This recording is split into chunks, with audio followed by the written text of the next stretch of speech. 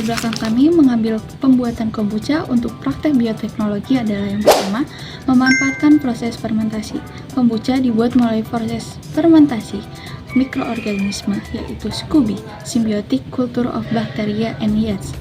Proses ini merupakan contoh nyata penerapan bioteknologi konvensional karena memanfaatkan aktivitas mikroorganisme untuk menghasilkan produk yang bermanfaat. Yang kedua, proses ilmiah yang mudah diamati secara langsung melalui perubahan warna, perubahan aroma, rasa, serta pembentukan lapisan baru di SCOBY. Yang ketiga, bahan utama kombucha seperti teh, gula, dan starter SCOBY mudah diperoleh sehingga cocok untuk praktik pembelajaran atau proyek sekolah. Yang keempat, kombucha dikenal sebagai minuman probiotik yang mengandung bakteri baik dan asam organik yang bermanfaat bagi pencernaan. Yang kelima, pembuatan kombucha memungkinkan variasi rasa dan berbagai jenis teh atau penambahan buah, sehingga mendorong kreativitas dalam mengembangkan produk bioteknologi.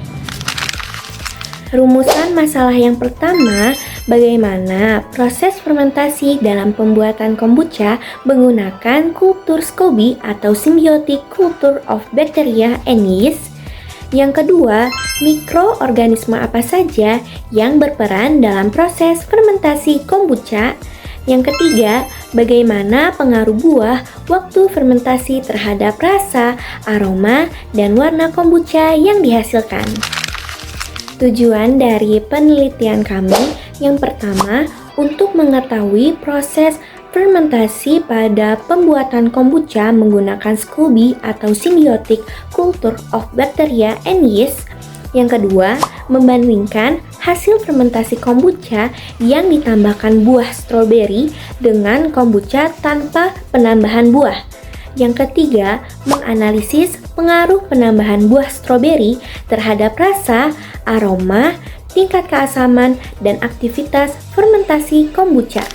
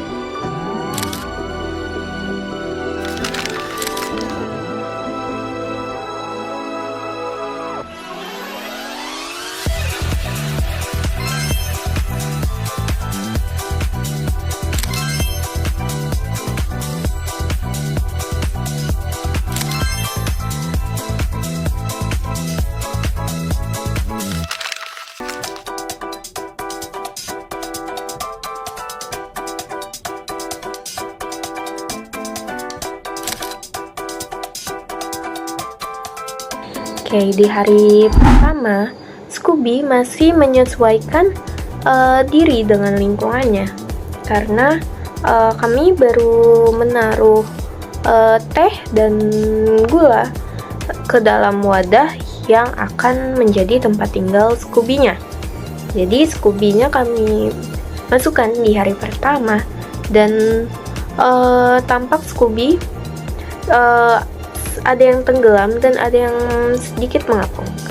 Nah, belum terlihat gelembung atau perubahan warna karena Scooby masih menyesuaikan diri dengan lingkungannya dengan suhu, kadar gula, dan tingkat keasaman awal teh. Oke, memasuki hari kedua, Scooby mulai terlihat ada gelembung atau busanya di permukaan. Nah, ini merupakan hasil aktivitas ragi yang memecah gula menjadi alkohol dan karbon dioksida.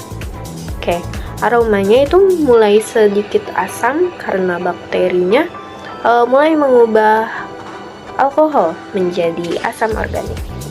Nah, di sini fermentasi sudah mulai aktif berjalan. Oke, memasuki hari ketiga, fermentasinya semakin meningkat. Oke, gelembungnya terlihat lebih banyak dan mulai terbentuk lapisan tipis di permukaan teh. Oke, lapisan ini adalah selulosa yang diproduksi oleh bakteri dan menjadi calon Scooby baru atau anaknya Scooby yang baru. Oke, aroma asamnya semakin kuat karena produksi asamnya itu semakin tinggi. Nah, perubahan ini menunjukkan bahwa mikroorganisme bekerja secara optimal dalam memanfaatkan gula. Oke, di hari keempat, Scooby yang baru itu semakin tebal dan hampir menutupi seluruh permukaan teh pada wadah tersebut. Oke, penebalan ini terjadi karena bakteri terus menghasilkan selulosa sebagai pelindung koloni mikroorganisme. Nah, rasa manisnya ini mulai berkurang karena gulanya sudah terfermentasi. Oke, tingkat keasamannya juga meningkat, yang membantu menghambat pertumbuhan mikroorganisme yang tidak diinginkan.